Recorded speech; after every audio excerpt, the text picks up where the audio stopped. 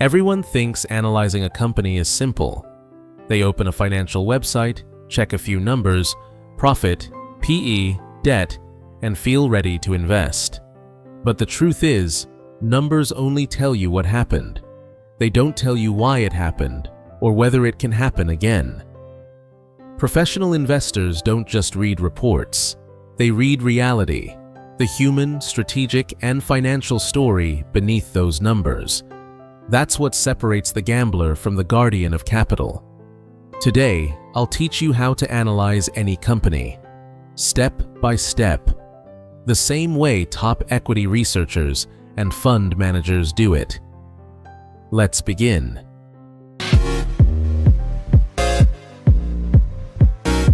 Before you open a balance sheet or touch a valuation model, pause. Ask yourself one question. Do I actually understand this business? Because the greatest risk in investing is not market volatility. It's buying what you don't understand. Step 1. See the business as a human story. Every company begins with a human problem. Great investors start there, not with charts, but with curiosity. Example 1. Asian Paints, India. In 1942, 4 friends in a garage noticed how Indians bought paint once every few years, yet every purchase was chaotic. Price bargains, unavailable colors, uneven quality. They built a company that removed stress from painting. Example 2. Starbucks, US. Howard Schultz didn't sell coffee. He sold a third place between home and work, belonging in a cup. Example 3. Infosys, India. In the 1980s, Indian engineers could code, but the world didn't trust them. Infosys didn't export software. It exported credibility. Step 2. Dissect the what. What does it really sell? Ask, is the company selling a product, a service, or a promise? Is demand recurring or one-time? Does growth depend on price hikes or volume expansion? Example, Apple doesn't sell phones. It sells identity plus ecosystem. When people queue at midnight for a new iPhone, that's not demand. That's devotion. Step 3. Decode the who. Who pays for it? Every rupee of revenue comes from a human choice. You must understand who that human is. B2C models depend on emotion and habit. Nestle, Titan, Hull. B1-2B models depend on contracts and reliability. TCS, Siemens, Honeywell. B2G models depend on policy and procurement cycles. BL, L&T Defense. Look for customer concentration, one client equals sign risk. Switching cost, if leaving hurts, loyalty stays. Pricing power, can they raise price 5% without losing customers? Example, HDFC Bank can lower deposit rates slightly and customers stay. That's trust moat. A commodity company cannot. That's fragility. Step 4. Understand the why. Why does it deserve to exist? Here's the deepest question professionals ask. If this company vanished tomorrow, would anyone miss it? If the answer is no, skip it. Because great businesses don't just earn money, they earn meaning. Tesla exists because people believe in a cleaner future. Apple exists because people crave design and ease. HDFC Bank exists because people trust their money there blindly. These aren't marketing slogans, they're survival codes. Step 5. Map the ecosystem. Draw a simple diagram. Customers, company, suppliers, competitors, regulators. Ask at every arrow, who has power? Who captures value? Who depends on whom? You'll quickly see whether margins are earned or allowed. Example, telecom companies once printed cash, until Jio changed the power equation. Investors who understood the ecosystem escaped early. Understanding precedes valuation. Before you count the money, count the meaning. When you see a company as a living organism, not a ticker, analysis stops feeling like homework and starts feeling like discovery.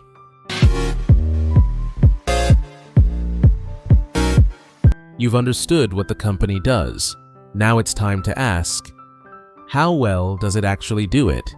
Because behind every story, every CEO quote, every glossy presentation, there's a trail of numbers quietly telling the truth. Welcome to the Financial X-ray. This is where professional investors separate perception from performance. The 3 financial lenses. 1. The income statement. Is this company truly profitable? This is the company's report card. But don't stop at net profit. Professionals go deeper. They read the flow of profit creation. Step 1. Revenue growth. Ask, is revenue growing steadily, 10 to 15% CAGR? Is it coming from volume or just price hikes? Is it driven by real demand or temporary trends? Example, DMart grows through volumes and efficiency. Sustainable. Step 2. Operating margin, EBITDA %. Margins show how efficiently the business converts sales into operating profit. If revenue rises but margins shrink, something's leaking: pricing power, cost control, or competition. Example, Asian Paints, steady 17–18% operating margins for decades. Avenue Supermarts, DMart, slim margins but consistent due to tight cost control. Revenue shows popularity, margin shows mastery. Step 3. Net profit and earnings per share, EPS. This is the final score. But don't get hypnotized by record profits.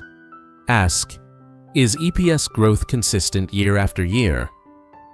Is profit growing faster than revenue? Sign of efficiency. Are profits genuine or inflated by one-time gains? Example, if profits rise because they sold land, not products, that's accounting, not performance. To the balance sheet. Can it survive a storm? A business can make money but still go bankrupt if it's financially weak. The balance sheet shows whether it can stand tall when the tide turns. Step 1. Debt to equity ratio. Ideal, below 1. High debt equals high risk. Example, Infosys, Apple. Near zero debt. Step 2. Reserves and retained earnings. A growing reserve means management reinvests profit wisely. Flat reserves despite high profit equals lavish dividends or poor capital discipline. Example, HDFC Bank retains and reinvests 60–70% of profits annually, fueling long-term growth. Step 3.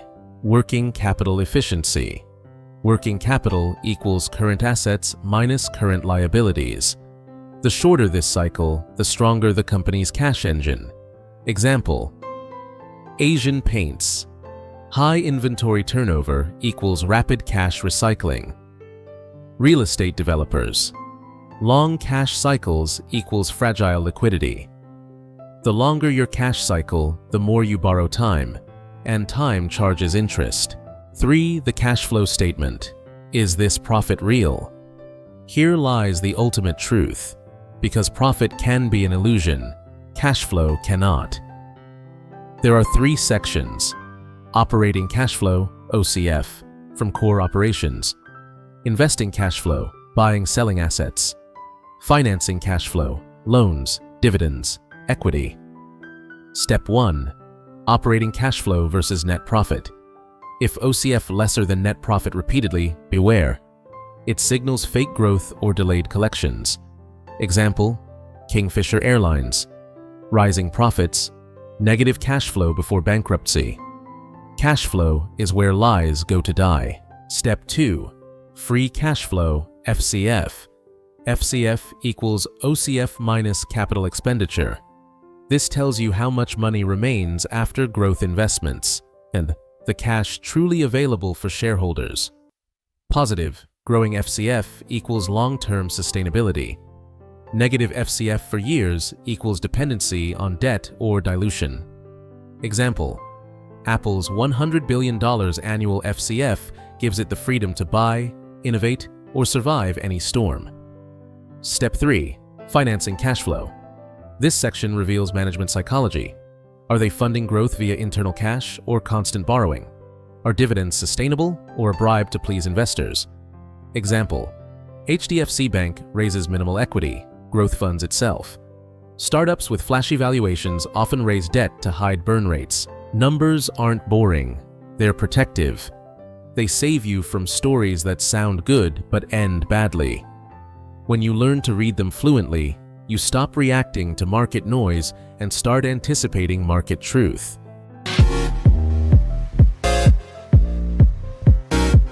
Every business starts by solving a problem, but the ones that last, the ones that turn into multi-baggers, do something far rarer. They build walls around their profits, walls that competitors can't climb, customers don't want to cross, and time itself struggles to erode. Those invisible walls are called moats. What is a moat, really?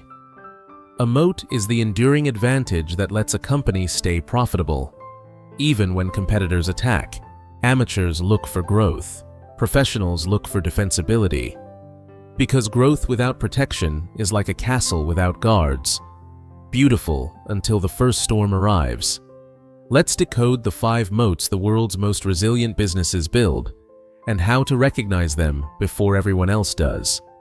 1. Brand power, the invisible fortress. Brand is emotion turned into economics.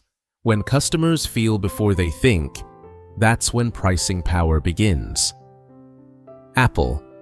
It doesn't compete on specs, it competes on feeling. Every Apple product, from the unboxing to the sound of the startup chime, says, "You belong to a tribe." Titan and Tanishq, India. They turn jewelry from a commodity into trust. Families buy from Titan not for the discount, but for peace of mind. Coca-Cola. Ask 100 people to describe the taste. No one can. Yet, all crave it. That's not product advantage, it's brand hypnosis. A strong brand bends logic. That's why it survives price wars. 2. Cost advantage, the price moat. If a company can produce cheaper without cutting quality, it can outlast any competition. Example: Asian Paints.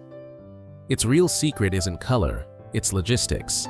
70,000 dealers, predictive demand software, and near zero downtime. Competitors can copy shades, not systems. Example: Costco, US. Runs on razor-thin margins, but massive efficiency. That's why it earns billions while others burn cash trying to imitate. Cost advantage turns patience into profit. 3. Network effect, the compounding moat. Some businesses become stronger with every new user. Visa, MasterCard. Every transaction increases their utility.